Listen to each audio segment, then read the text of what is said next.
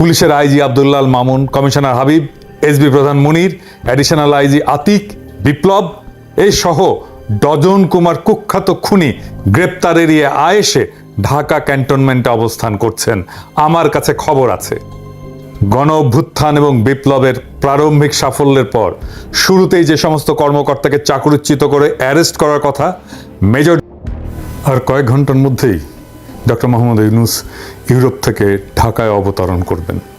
আমি তার নিরাপত্তার কথা ভেবে একটু বিচলিত বোধ করছি, কারণ শেখ হাসিনার নিয়োগকৃত গোয়েন্দা এবং শীর্ষ সেনা কর্মকর্তারা সবাই এখন স্বপদে বহাল আছেন।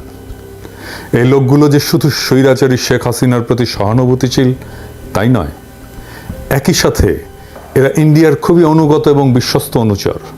বাংলাদেশ সেনাবাহিনীর সাথে সার্বক্ষণিক যোগাযোগ রয়েছে, এই বাক্যটি দেশটির পররাষ্ট্রমন্ত্রী জয়শঙ্কর সেই জন্যেই আস্থার সাথে বলতে পেরেছেন। ডিজিএফআইয়ের মহাপরিচালক মেজর জেনারেল হামিদ একজন খুবই ধূর্ত, নিষ্ঠুর, দুর্নীতিবাজ অফিসার। বিগত 3 সপ্তাহ জুড়ে স্বৈরাচারী শেখ হাসিনা দেশের মানুষের উপরে যে হত্যাকাণ্ড চালিয়েছিল তার অন্যতম পরিকল্পনাকারী, উদ্যোক্তা এবং নির্দেশদাতা ছিলেন এই মেজর জেনারেল হামিদ। পতিত স্বৈরাচারের এত বড় দোসর হয়েও তিনি এখনও দেশের সবচেয়ে প্রভাবশালী গোয়েন্দা বাহিনীর মহাপরিচালক পদে দুর্দান্ত প্রতাপে বহাল থাকেন কিভাবে? যে ডিজিএফআইয়ের হেফাজত থেকে গুম হয়ে যাওয়া মানুষকে আয়নাঘর থেকে উদ্ধার করা হলো, সেই সংস্থার মহাপরিচালক এখন এই ঘাতক সংস্থা পরিচালনা করেন কোন শক্তিতে, কোন নৈতিকতায়, কোন বলে, কোন বৈধতায়? তার চাকরি থাকে কিভাবে? তিনি মুক্ত থাকেন কি করে? তাকে এখনই অ্যারেস্ট করুন। এমন অফিসারেরাই পুলিশে কর্মরত তাদের সমগোত্রীয় ঘাতকদেরকে ঢাকা ক্যান্টনমেন্ট সহ বিভিন্ন সেনানিবাসের নিরাপদ আশ্রয় দিয়ে রেখেছেন। পুলিশের IG Abdullah Al Mamun, commissioner Habib, SB প্রধান মুনির, অ্যাডিশনাল আইজি আতিক, বিপ্লব এই সহ ডজন কুমার কুখ্যাত খুনি গ্রেপ্তার এড়িয়ে আয়েশে ঢাকা ক্যান্টনমেন্টে অবস্থান করছেন। আমার কাছে খবর আছে, গণ অভ্যুত্থান এবং বিপ্লবের প্রারম্ভিক সাফল্যের পর শুরুতেই যে সমস্ত কর্মকর্তাকে চাকরিচ্যুত করে অ্যারেস্ট করার কথা, মেজর জেনারেল হামিদ তাদের মধ্যে অন্যতম। লোকটা সেনা প্রধানের পূর্ণ আস্থা উপভোগ করে বহাল তবিয়তে ক্ষমতা ধরে রেখেছে। একই সাথে শোনা যাচ্ছে যে গণ অভ্যুত্থানে নেতৃত্বদানকারী ছাত্রদের সাথে অন্তর্বর্তীকালীন সরকারের রূপরেখা এবং কে প্রধান উপদেষ্টা, কারা কারা উপদেষ্টা হবেন সেসব বিষয় নিয়ে সমঝোতার নামে দর কষাকষি এবং নানা ক্রিয়া কৌশল অবলম্বন করছেন এই গোয়েন্দা প্রধান। অতি দ্রুত এই লোকটির বিরুদ্ধে ব্যবস্থা না হলে ডক্টর মোহাম্মদ ইউনূস সহ অন্তর্বর্তীকালীন সরকারের সকল সদস্যই অনিরাপদ থাকবেন। আয়নাঘর কারা বানিয়েছে? ডিজিএফআই তো। সেই আয়নাঘরের বন্দিরা যে একে একে ছাড়া পাচ্ছে সেটা কার কমান্ডে ছিল? ওর ছেলে ইফরাত জাওয়াদ ইউনিভার্সিটি অফ টরন্টোতে পড়ে। 6 হ্যাডন অ্যাভিনিউ টরন্টোতে যে বাসা কিনেছে সে, জেনারেল হামিদ টাকা পাঠিয়েছে কিভাবে ওকে জিজ্ঞেস করেন। সব হিসাব আমাদের কাছে আছে, এক এক করে ধরবো। আরো প্রশ্ন আছে। গণ অভ্যুত্থানে নেতৃত্ব দানকারী ছাত্র নেতাদেরকে কেন যেতে হলো কুখ্যাত ব্যবসায়ী হামিম গ্রুপের মালিক একে আজাদের টেলিভিশন চ্যানেল 24-এ? ডক্টর মোহাম্মদ ইউনূসের সাথে কথা বলার জন্য সেখানে যেতে হবে কেন? এই বাটপাড়ের আতিথেয়তা কেন গ্রহণ করতে হবে? কোন কারণে? লোকটা যে খুনি হাসিনার মনোনয়ন এবং অনুগ্রহ নিয়ে তার 15 বছরের ফ্যাসিবাদী শাসনামলে বিজিএমইএ এবং এফবিসিসিআইয়ের সভাপতিত্ব করেছে, তাই ছাত্র নেতাদেরকে জানানো হয়নি কেন? এই সকল কুখ্যাত ব্যবসায়ীর কারণে যদি খুনি হাসিনার আমলে বাংলাদেশের সমস্ত ট্রেড বডিতে ভোটের মাধ্যমে প্রতিনিধি নির্বাচনের প্রক্রিয়া বন্ধ হয়ে যায়, গণতান্ত্রিক চর্চা বন্ধ হয়ে যায়, ফরিদপুর বাড়ি এই পরিচয় এবং প্রভাবে একে আজাদ সহ আরও কিছু ব্যবসায়ীর সাথে মিলে তাদের স্বৈরতান্ত্রিক কর্তৃত্বের অধীনস্থ করেছিল পুরো দেশের বাণিজ্যিক সংস্থাগুলোকে।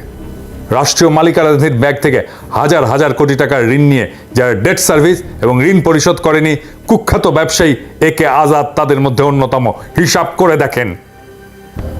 এর উপরে দৈনিক সমকাল, চ্যানেল 24 এই দুইটার মালিক।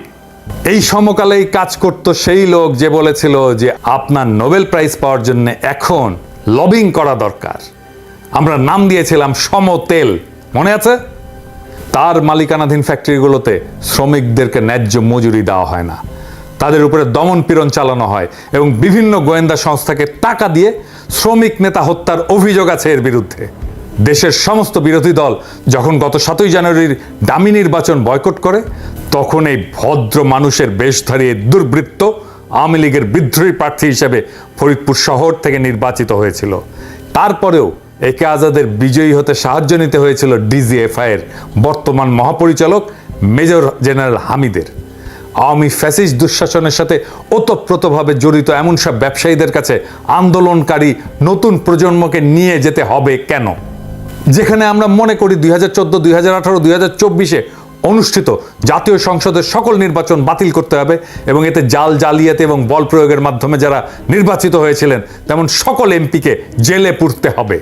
এইবার আসেন আরেকজনকে নিয়ে আলাপ করি। এই শাহাবুদ্দিন চুপ্পু 1983 সালে স্পেশাল বিসিএস দিয়ে মুক্তিযোদ্ধা কোঠায় মুনসেফ হিসেবে সরকারি চাকরিতে যোগদান করে। কর্মজীবনের শুরু থেকে একজন সে চরিত্রহীন, দুর্নীতিগ্রস্ত, অযোগ্য বিচারক হিসেবে সর্বমহলে নিন্দিত, ঘৃণিত ব্যক্তি হিসেবে নিজেকে প্রতিষ্ঠা করে। কর্মজীবনে এমন এমন জায়গায় সে নিয়োগ নিত যেখানে ঘুষ খাওয়া যায় এবং উচ্চ মূল্যে রায় বিক্রি করা যায়।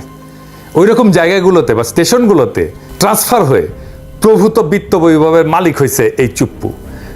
বিচারকের চাকরি থেকে অবসরে যাওয়ার পরে দুর্নীতির মহারানী শেখ হাসিনা তাকে দুদকের কমিশনার পদে নিয়োগ দেয়। এইখানে তার কাজ ছিল চাঁদাবাজি করা, এবং চাঁদাবাজি করতো এই আইনমন্ত্রীর সাথে মিলে, হাসিনার আইনমন্ত্রীর সাথে মিলে। ওইখানে তার একমাত্র কাজ ছিল নানা পর্যায়ে ব্যবসায়ীদেরকে দুদকের তদন্ত জালে আবদ্ধ করে কোটি কোটি টাকা আদায় করা। সব ব্যবসায়ীরা আমার কথার প্রমাণ দেবে। বিচারকদের মধ্যে ইন্ডিয়ান এজেন্ট হিসেবে কুখ্যাতি অর্জনকারী এই শাহাবুদ্দিন চুপ্পুকে চোরের রানী শেখ হাসিনা খুব পছন্দ করত।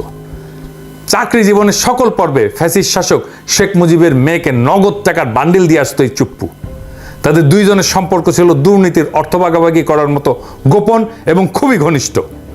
সাংবিধানিক পদ দুদকের কমিশনার হিসেবে সে অবসরে গেলে কাঁড়াল রানী তাকে লুট করা ইসলামী ব্যাংকের ভাইস প্রেসিডেন্ট পদে নিয়োগের ব্যবস্থা করে।